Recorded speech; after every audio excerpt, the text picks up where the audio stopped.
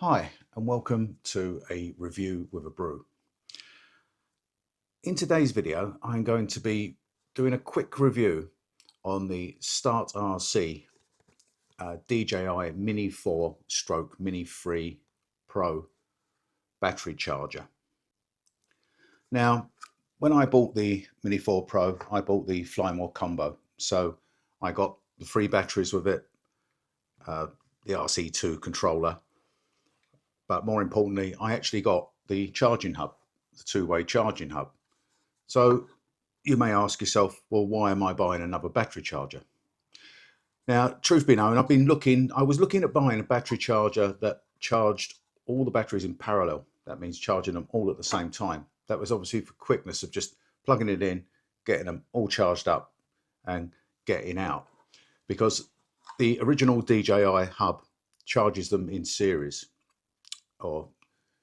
Series. So basically it will look at the one that's got the most charge that to full, it'll move on to the next one. Doesn't matter what order you put them in, it charges, I believe it charges from the one that's got the highest charge to full, and then it works its way across the three.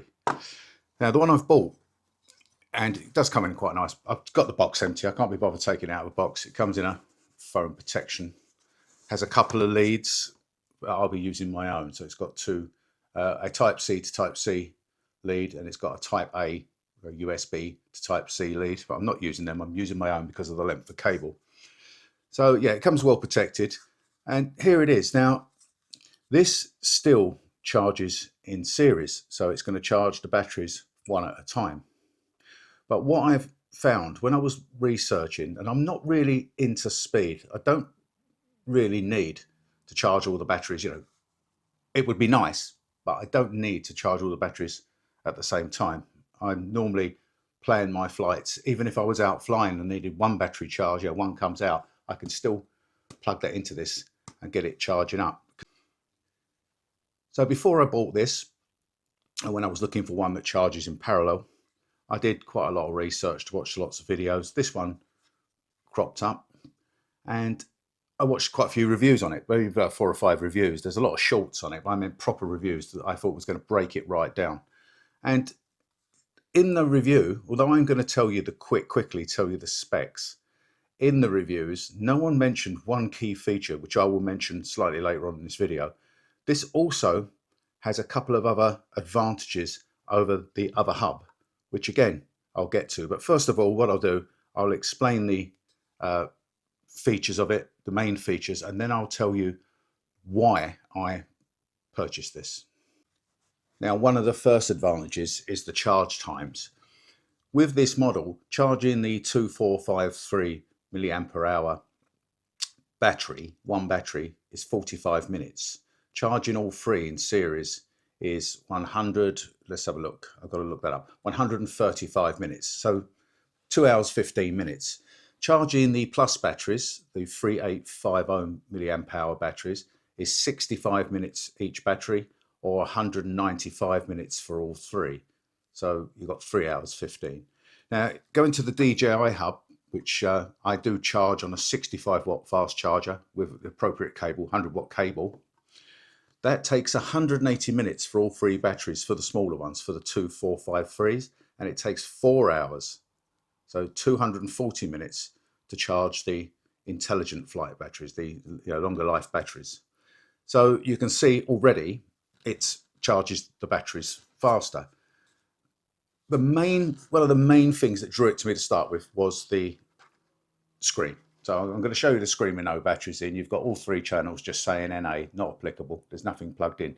So what I'm going to do, I'm going to plug the 3 batteries in, and then I will show you the display.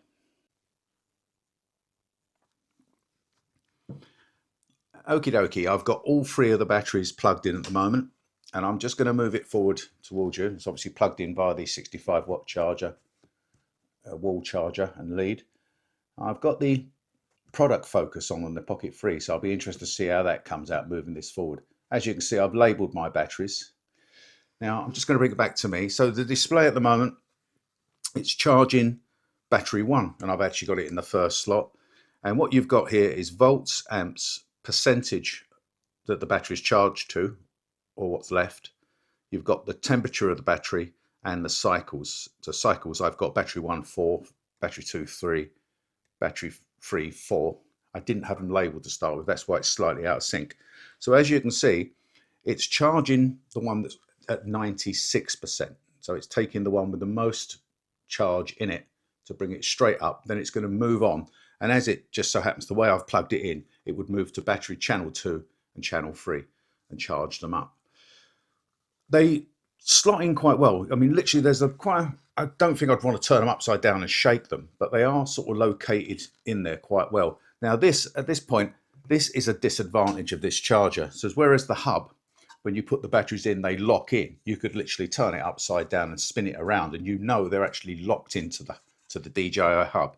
This, I don't think, you can move it about a bit, but if it was upside down, it was in a bag or something, I'm sure the batteries would end up falling out. And to be honest, you don't want to put them in that sort of enclosed space anyway. But so yeah, so you've got the display. Now, what I'm going to do, I'm going to now mention one of the main reasons, what really swung it for me. And this is the feature that I haven't found anyone mention. At the moment, I'm in charge mode. So what it's going to do, it's going to charge all 3 batteries in sequence, in series, up to 100%. If I push the button at the back and hold it, it's just a few seconds. It's now gone into storage mode on all 3 batteries.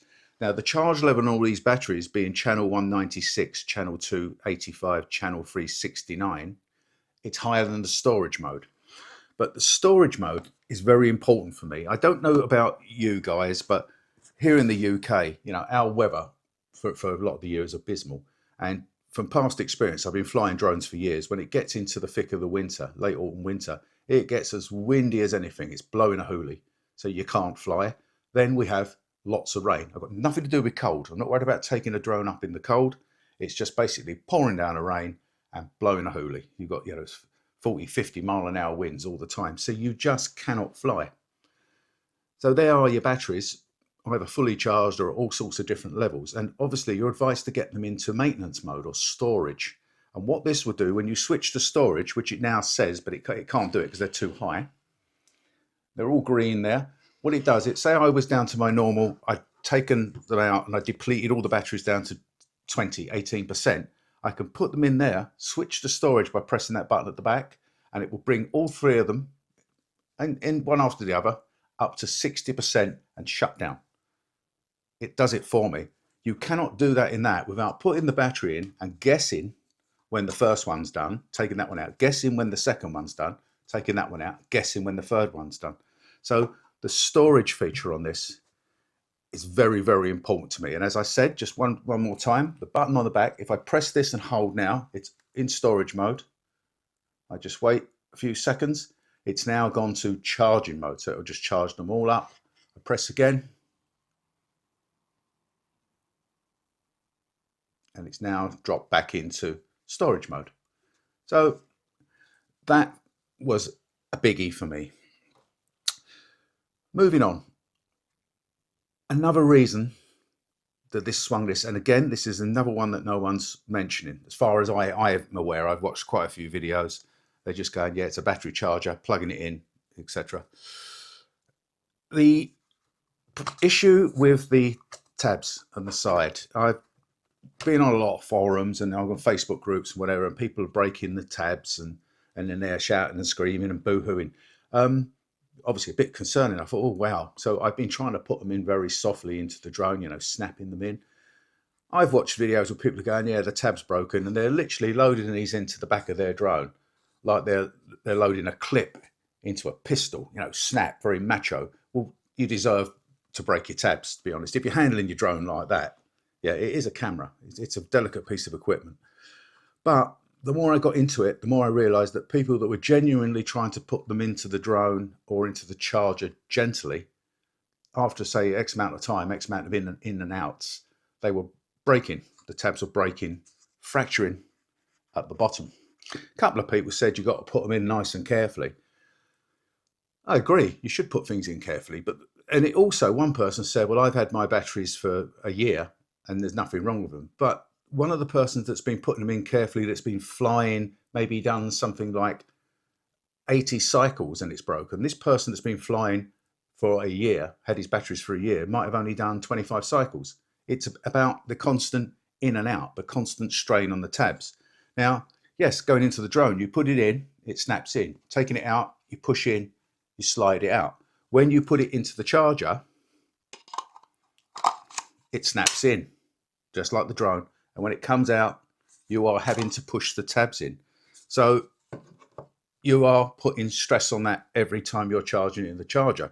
With this one, because it's open, all you're doing is pushing, get it the right way around, Mr. Wilson.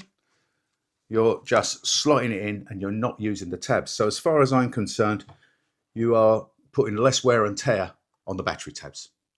So that is another reason for buying this. That's a lovely cup of coffee. Okay, so what I'm going to do, I'm quickly going to unplug it. So another reason, and this is mentioned in the booklet, in the instruction booklet, which is tiny, you know, you have to be you need a magnifying glass to read it. One side is Chinese, one side is English. You will not find the storage mode information in the instruction booklet. So that may be why people that are reviewing it are just getting it out, going blah, blah, blah, and basically reading straight off what it says on here, and it's not mentioned. So I've showed you that. Okay, the DJI hub, put a couple of batteries in there. If I want to see the level of the batteries, I have to push the button. Where is it? There, push the button and it will show me that I've got 5 going down to 4 on that one. Push it again, goes off very quickly. 5 on the other, literally full charge.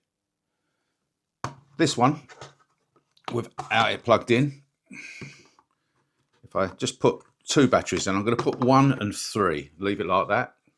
If I press the button at the back, I can see all the information, the cycles. I can see that channel A, or 1, is 96% and channel 3 is 69%. So again, this one doesn't need plugging in, but you've got all the other information there. Volts, amps, percentage, temperature, cycles. So you've got more information. Simple as, you've just got a lot more information on this. Downsides. If I am taking this out and throwing this in a bag rather than taking it in my case with my full kit, you know, and the pad, or I just want to stow it all in a rucksack rather than having that on my back. This one with the batteries locked in is a lot more secure. The batteries aren't coming out. So literally you've got it in there. You can have it, throw it in, and you know the batteries are secure in there. This one, although they're in there tight, I don't think I wouldn't want to throw it in the bottom of a bag. They don't seem like they're going to wiggle free, but you could also start causing problems by pushing them backwards and forwards. So that is a downside, that you wouldn't really have it in the charger and carrying it in a rucksack. In all fairness, if I go out and I know that I'm only going to use 3 batteries, no more than 3 batteries, and I'm going somewhere where I know I'm definitely not going to recharge, I've got the little, I call them the explosion bags with the 3 slots, so I put them in there and throw them in anyway. I don't even take the charger. There's absolutely no reason. So at the moment, I'm very, very pleased with this. It works very well. It weighs about 20 grams less than the DJI. Obviously, it's a different shape, so it's not going to fit in your bags. It'll probably fit in your original bag. I don't use that because I found that too tight with my new cover on the RC2. But that's basically it on it. I don't want to make this any longer than that. There's 2 main reasons that people don't mention why I feel that this is a better charger than the DJI 2-way hub. One thing you can't do from this, you can do from this. You can charge the RC2 or any DJI controller directly off of this while you're charging the batteries up, etc. In all fairness, I'd never do that, because by the time you go through the series of charging the 3 batteries up and it goes to the RC2, it's hours and hours. So I tend to just run a completely separate cable to the RC2. So that's not a biggie for me, but I just thought I'd mention that. Right, well, that's it, folks. That's all I need to tell you about this. I'm quite pleased with it. I bought it on AliExpress for, I think it came out total to the UK, £21, and it arrived, that's with VAT, and it arrived in 5 days. So I'm very impressed with that side of it. So that's it for now, folks. I hope you found this very, well, reasonably short video informative. And if you liked what you have seen, please give it the thumbs up. Plenty of videos on my channel, mainly outdoorsy, and quite a lot of aerials. There's an aerial playlist there somewhere. So fill your boots and enjoy it. Bye for now.